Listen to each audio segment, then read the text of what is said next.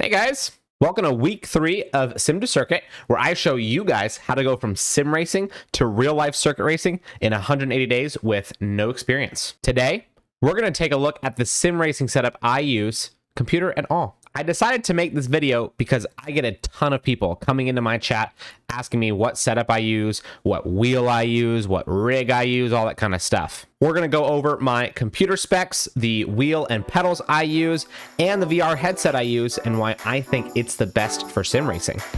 Let's get into it.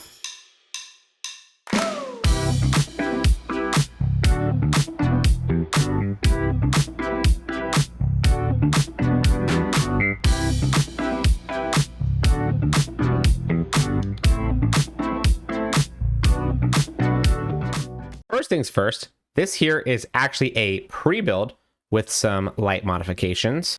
It's an HP Omen 25L. It came with a Ryzen 7 3700X CPU, an NVIDIA RTX 3070 GPU, 32 gigabytes of DDR4 RAM, and a 1 terabyte SSD hard drive. I added in 4 terabytes of hard drive space to store stuff like my videos and random files, as well as a 750 watt PSU to replace the 500 watt PSU that came with the computer. The reason why I did that, the 3070 actually needs 600 watts to run properly. So whenever you guys are buying a pre-build, make sure you look into that kind of stuff.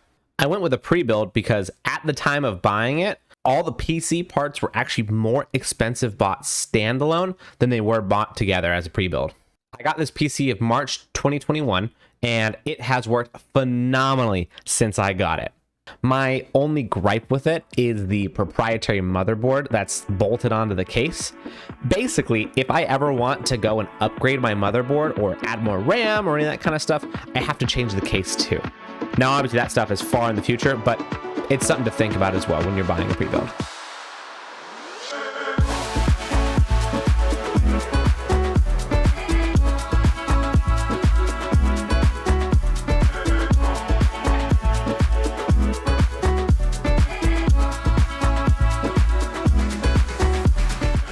Moving on to the wheel, I am 100% Fanatec. We start with the old Fanatec CSL V2.5 wheelbase, which they don't make anymore. Then we move on to the Fanatec WRC wheel, which attaches to the wheelbase with the metal quick release from Fanatec, which I had to buy after some unfortunate circumstances. LOL. You fucker, dude. I got the WRC wheel because at the time of buying my sim, I honestly only ever thought I was going to play Dirt Rally. But then after owning it and getting into F1, I now hardly play Dirt Rally. I just haven't gotten around to buying another wheel for F1, but that'll probably be coming soon. So keep your eyes on the lookout for an unboxing video. Now let's take the show down low to go check out the pedals. We have the inverted V3 Fanatec pedals, which I originally got for playing Dirt Rally because obviously I needed the clutch. I don't really use the clutch pedal very often, except for the rare times that I do turn on Dirt Rally or play like a classic NASCAR and iRacing. So otherwise it goes pretty much unused. So now it's become my rage pedal, which occasionally gets some use.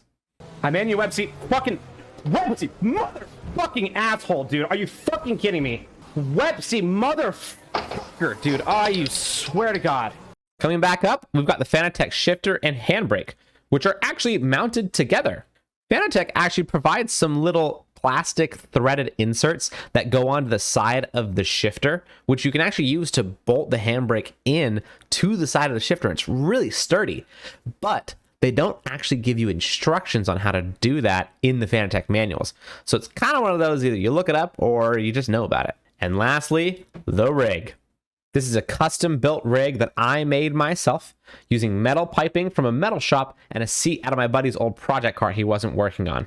It was my first welding experience, and I would say I did a pretty solid job. I've used another rig in the past. It was a Next Level Racing seat, and this one is so much better. Obviously, there's no post between your legs to hold up the wheelbase. The thing itself is just significantly more sturdy since I built it and put extra reinforcement into it.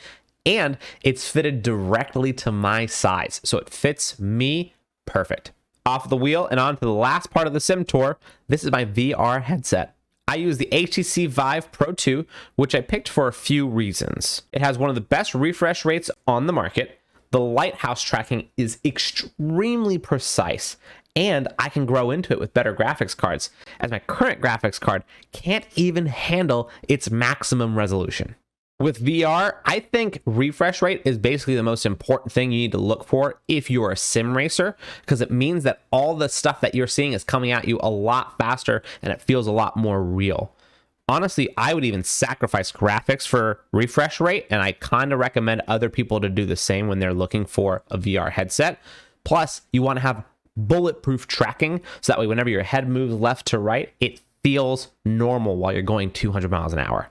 And that's it for my setup tour. Everything I have was bought with purpose. Some of that purpose is a little bit outdated, but most of it still holds true today.